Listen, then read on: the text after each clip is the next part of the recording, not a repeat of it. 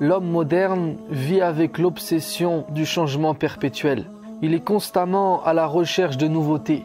Il veut sans cesse du nouveau, car dans sa tête, il faut constamment se dépayser. Tu sais pourquoi? Parce que sa vie intérieure connaît une disette. Il a une carence de spiritualité. Et lorsque l'âme se meurt, alors vient l'ennui. Et par nature, l'homme veut fuir l'ennui. Il déteste ça, ça lui fait peur. Alors il cherche à se dépayser à travers le changement perpétuel. Et en vérité, tous ces biais humains nourrissent et engraissent la société de consommation. Si l'homme moderne se fait manger tout cru, c'est tout simplement parce qu'il ne sait plus se contenter de ce qu'il a. Il consomme avec la fièvre de la quête de nouveauté, ce qui, dans son cœur, laisse peu de place à la gratitude et lui fait perdre le sens d'une des formules les plus répétées dans le Coran, qui est Alhamdulillah. Pourtant, ça devrait être la première expression humaine au moment où il ouvre les yeux sur la vie. Alhamdulillah, Dieu merci. Le premier sentiment que l'homme devrait développer, c'est celui-ci, c'est la reconnaissance. Où est passé le sens et la valeur de cette notion aujourd'hui, dans un monde qui change tellement vite, où la nouveauté d'hier est déjà jetée à la poubelle? Un monde dans lequel le consommateur vit au gré des humeurs de la mode et des publicitaires. Dans le Coran, à plusieurs reprises, Allah nous raconte l'histoire de Adam, alayhi salam, parce qu'elle est une morale pour nous. Et lorsque tu la médites, tu constates qu'elle est d'une terrible actualité. Lorsque Adam s'est retrouvé au paradis, il jouissait de tout ce qu'il voulait. Il était accompagné par son épouse Hawa, et là, Iblis, qui souhaitait lui gâcher l'existence, est venu à lui comme un publicitaire. Il lui a fait la publicité d'un arbre en lui disant « Tu vois cet arbre, il a une application, l'immortalité. Si tu manges de ses fruits, tu deviendras éternel et Allah ne pourra plus te chasser du paradis. » En vrai, ce que Shaitan a vendu à Adam, Adam le possédait déjà, mais pourtant il a succombé. Et le résultat, les conséquences, tu les connais. Allah décrit plusieurs fois cette scène dans le Coran parce qu'elle fait écho à notre société de consommation.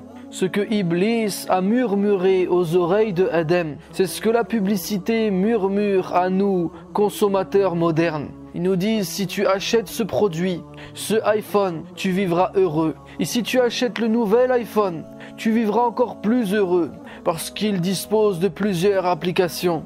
Et ils nous vendent du matériel, en nous persuadant qu'il a le pouvoir de nous transformer. Et nous, naïfs, influençables, insouciants, on succombe.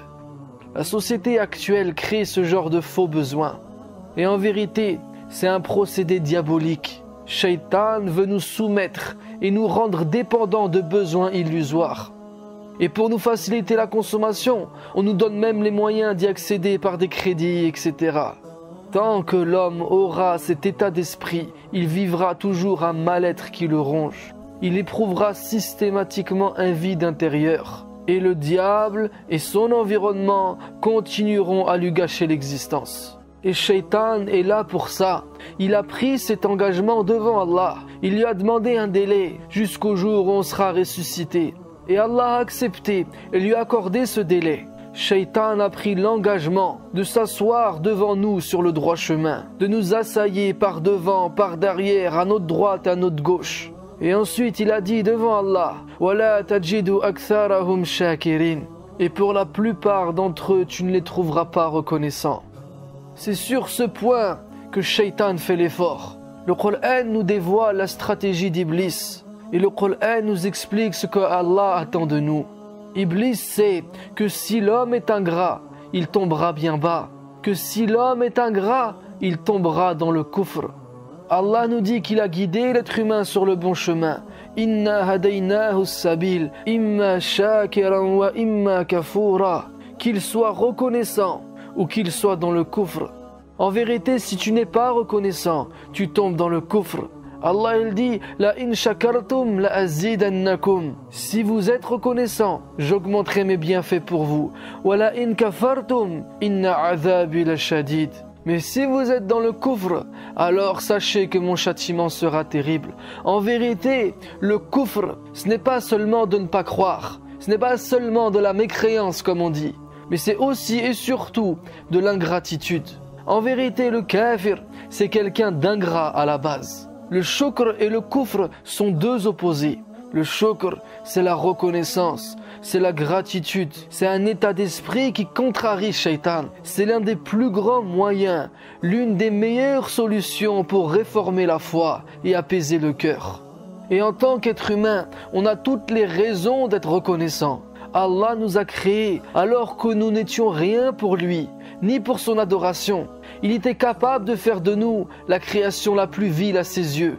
Mais à la place, il a fait pour nous la plupart de ses créatures et ne nous a pas fait pour une chose autre que lui.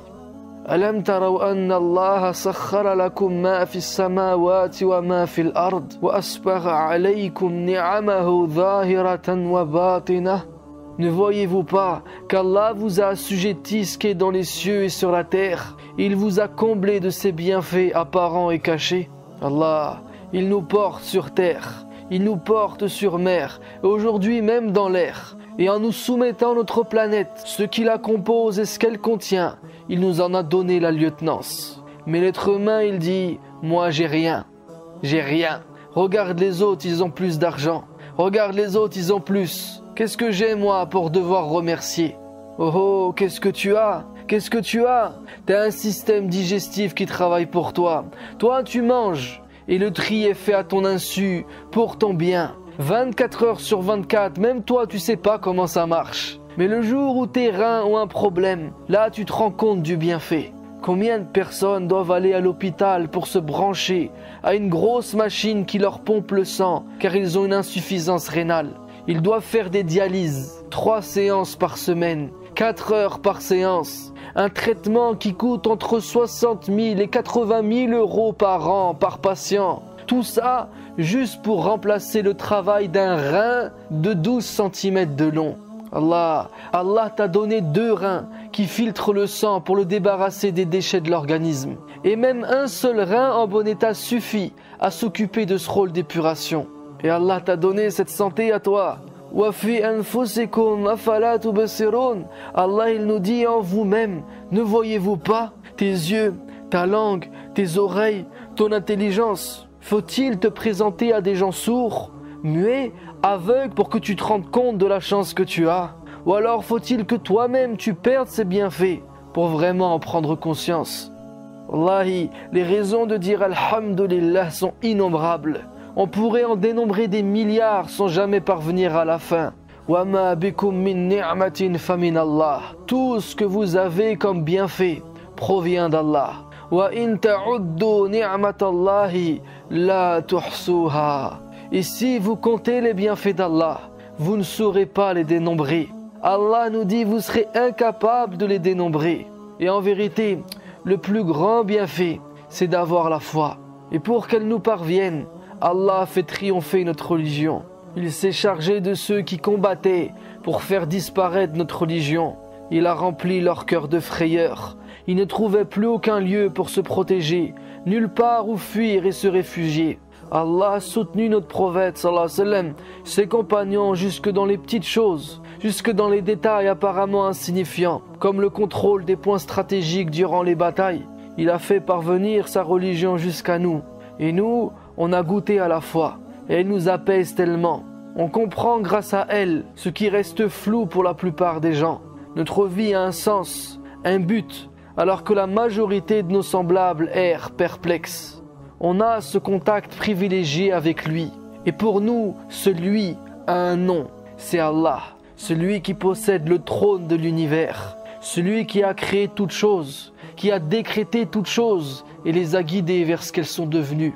Celui qui donne la mort, celui qui donne la vie, celui qui rend heureux ceux qui l'élèvent et rend misérable ceux qui l'abaissent. Celui qui élabore et dont les plans ont le dessus sur les complots des comploteurs.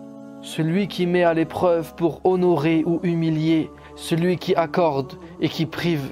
Celui qui a rempli les océans et qui a sillonné les fleuves. Celui qui enroule le jour sur la nuit et la nuit sur le jour. Qui fait sortir le vivant du mort et le mort du vivant, qui contrôle ce qui descend du ciel et ce qui y remonte, qui guide au droit chemin et fait sortir des ténèbres à la lumière, celui qui réveille les insouciants, qui instruit les ignorants, qui éclaire les consciences et inspire les pensées. Celui qui entend nos paroles et nos secrets, qui voit ce que l'on montre et ce que l'on cache. Celui à qui rien n'échappe, celui qui dissimule ce qu'il veut, tandis que rien ne lui est dissimulé.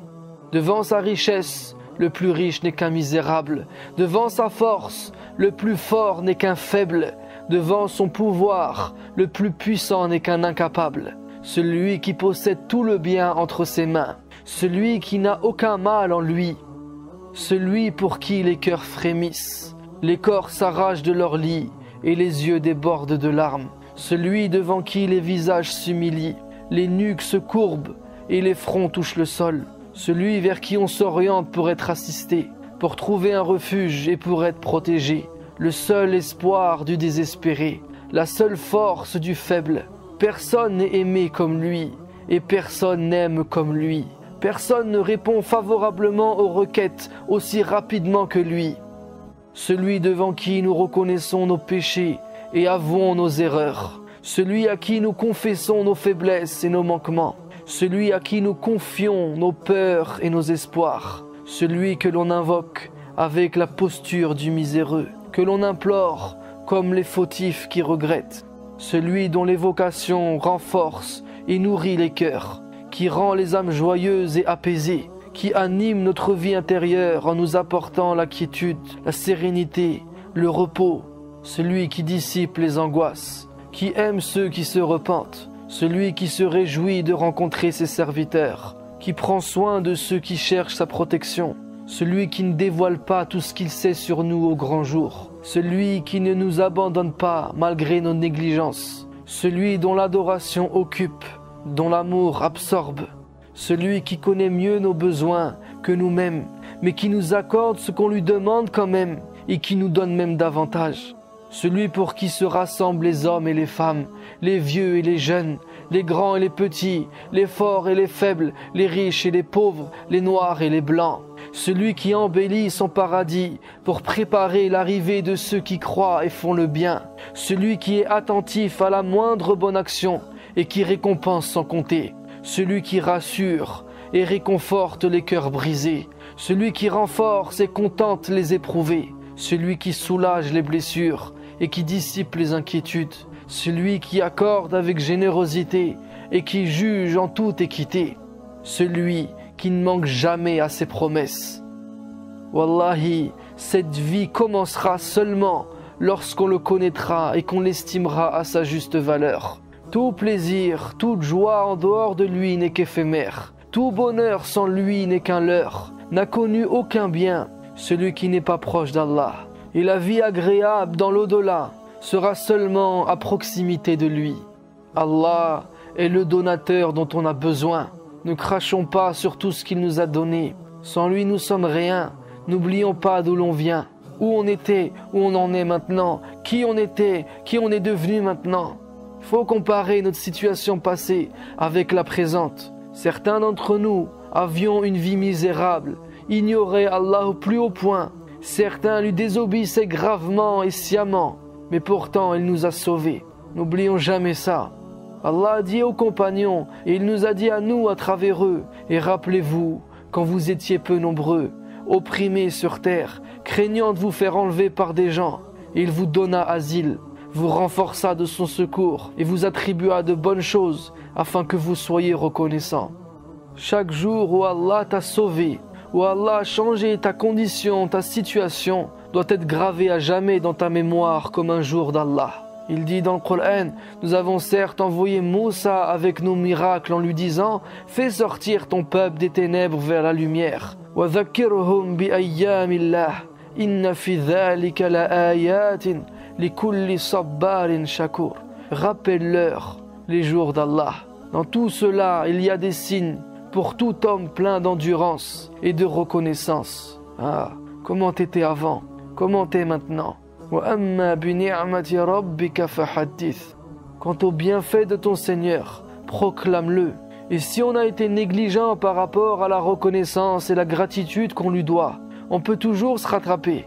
استغفروا ربكم إنه كان غفارا يرسل السماء عليكم مدرارا ويمددكم بأموال وبنين ويجعل لكم جنات ويجعل لكم أنهارا.